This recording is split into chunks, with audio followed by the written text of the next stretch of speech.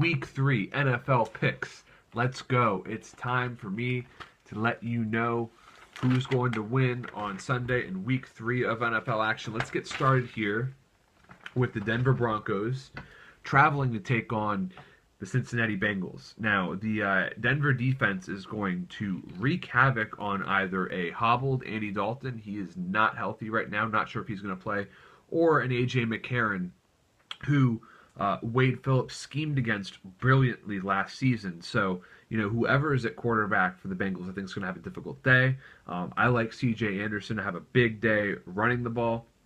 So give me Denver on the road facing the Bengals. In terms of the matchup between the Oakland Raiders and the Tennessee Titans, this is one of the tougher games to call here. Both teams have quality young quarterbacks with bright futures, with Oakland bringing in Derek Carr and Marcus Mariota, both fellows having nice starts to the season. But I think what's going to make the difference here is the Titans having a suspect secondary. I like Amari Cooper of the Raiders to have a big day catching the ball. And, so I'm going to take the Raiders to pull this one out, traveling to the East Coast and winning on the road.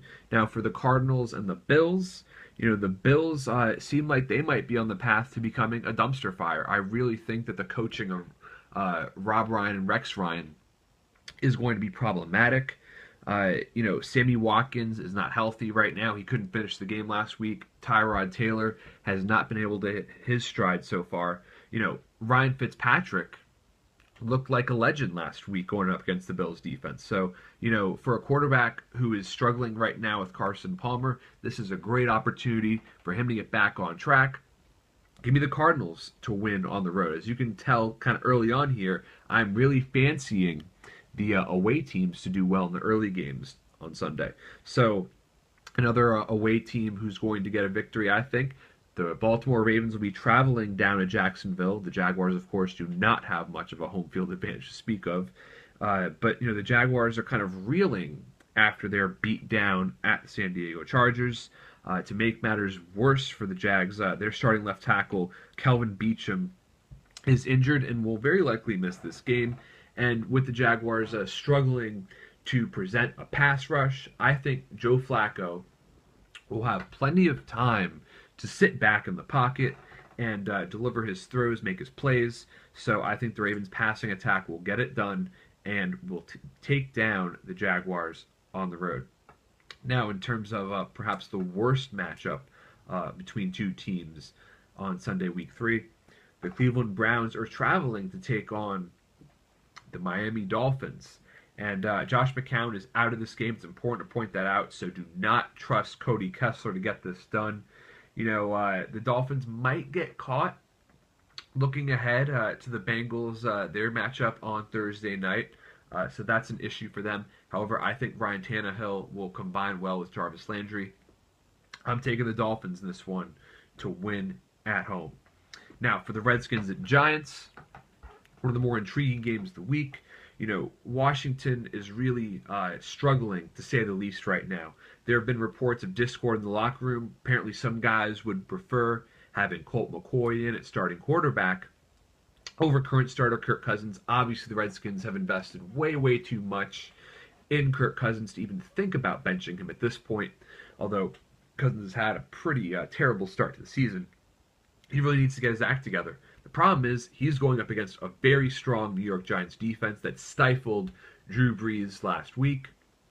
And, so I really think Eli Manning's going to get it done throwing the ball. Of course, the matchup that everyone's talking about is Odell Beckham versus Josh Norman. Of course, the two were really duking it out last season. But who even knows if Norman will even get the chance to cover him? We all saw that Josh Norman didn't cover Antonio Brown in Week 1. You would think that the Redskins defense would figure things out by now and say, hey, we need Norman covering Odell Beckham Jr. There will be a lot of intrigue in that matchup.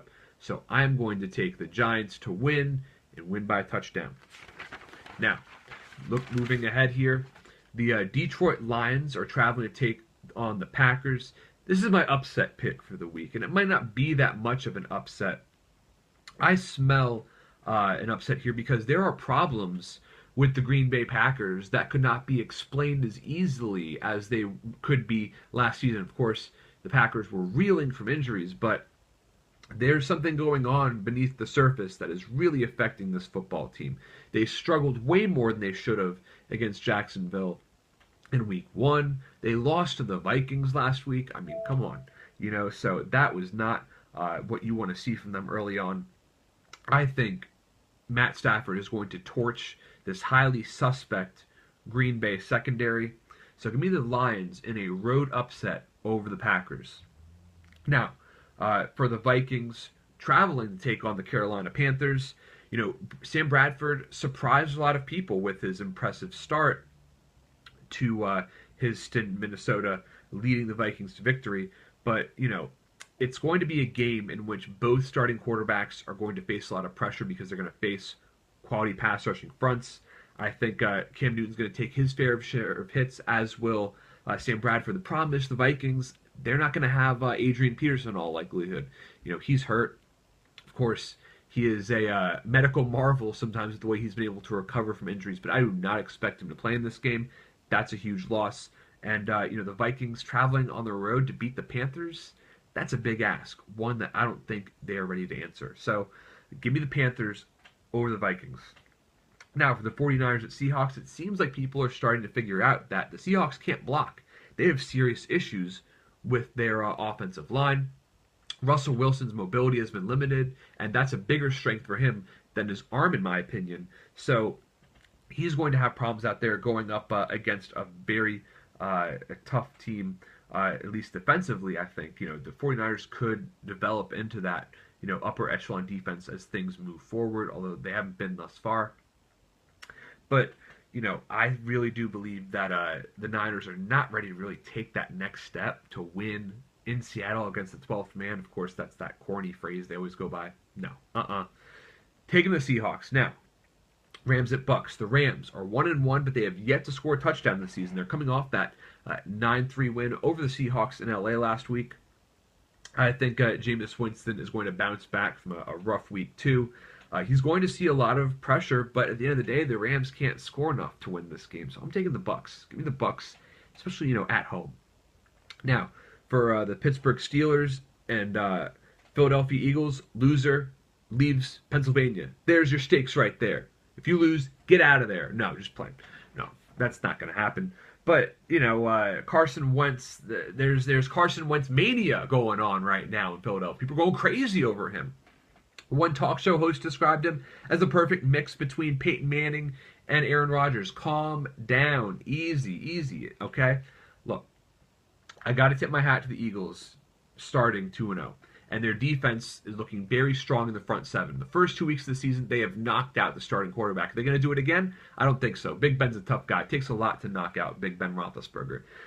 As much as I like the Eagles' front seven, their secondary has a little bit more issues. So if Roethlisberger has time to throw the ball, he's going to deliver it to Antonio Brown, the best wide receiver in the NFL. I think that relationship's going to pay big dividends. It's going to be a close one in Pennsylvania. But the Eagles are hosting the Steelers, and I think the home team loses this one. Give me the Steelers. Now, the Chargers taking on the Indianapolis Colts. It hasn't really come into light yet, but the Colts are a mess.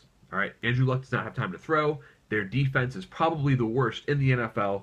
There are serious problems in Indianapolis. Andrew Luck's turning into one of those guys who's going to have a great season in fantasy, but just a season to forget in real life.